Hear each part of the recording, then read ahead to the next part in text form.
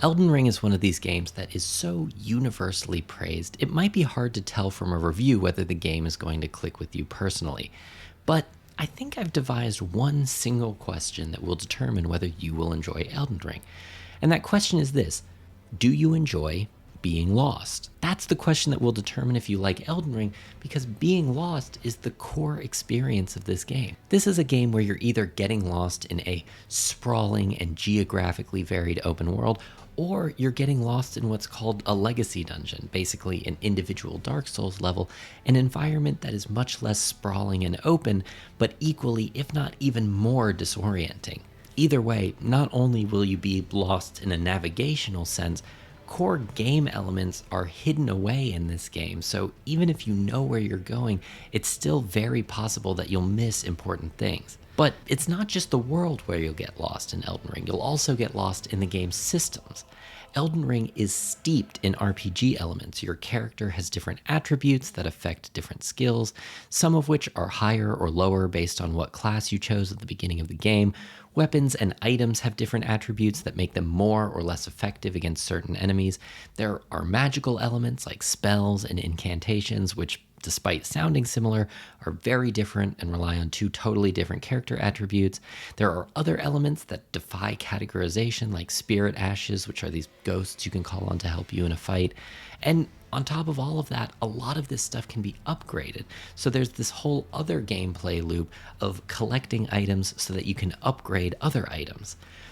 It's a lot, and it's easy to get lost in all of these systems. And then, on top of that, there's the story, which is easy to get lost in because it's not just told by dozens of NPCs, many of which you can completely miss interacting with, but it's also told through other easy to miss things like item descriptions and subtle environmental storytelling. But when I say that the core experience of Elden Ring is being lost, I don't necessarily mean that only as a bad thing. I mean, I do mean it in the negative sense. Being lost in Elden Ring can be frustrating and annoying and anxiety inducing and all of that. But being lost in Elden Ring can also be exhilarating and empowering and inspiring. In fact, the things that will cause you to get lost in Elden Ring are also the things that make this game feel so groundbreaking. Don't worry, Torrent. Fortune is on his side. We found him here, after all. I'm a little embarrassed to say it, but I'm one of these people for whom Elden Ring is their first real foray into the Soulsborne genre. I tried to play both Dark Souls 1 and Bloodborne, and I bounced off of both of them really quickly. But I always wanted to give those games another crack because I wanted to know why people loved them so deeply. I wanted to experience firsthand the reason that these games were so important to the history of video games. And with Elden Ring, I think I'm beginning to see those answers. And those answers tie back in one way or another to this dynamic of being lost. For instance, it's easy to get physically lost in Elden Ring because the game rarely tells you where to go or what's around each corner.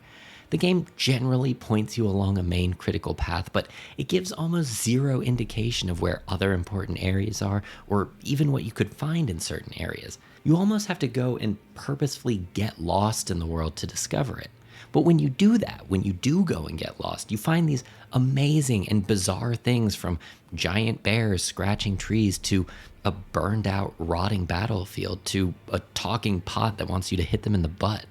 Just give me a good smack from the rear with something nice and big. By making you get lost and not telling you what to do, the game makes the world feel authentically alive. It makes it feel like the world isn't built for you or your specific use or your benefit. It's just a world that exists, a world that you can interact with as you see fit.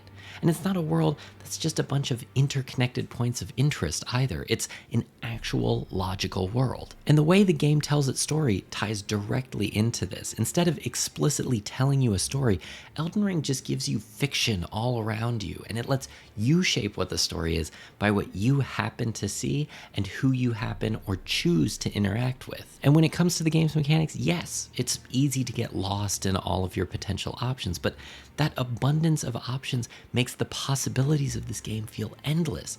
You can play this game as a powerful astrologer casting spells, or an agile samurai swordsman, or even an unclothed wretch. They're all equally totally valid. It doesn't feel like there's one way to beat this game. It feels like there's hundreds of ways to beat this game. And these things aren't trivial accomplishments. These are monumental achievements for any video game. To create a world that feels authentically alive, with a story that feels organically delivered, and options for accomplishing tasks that feel infinite.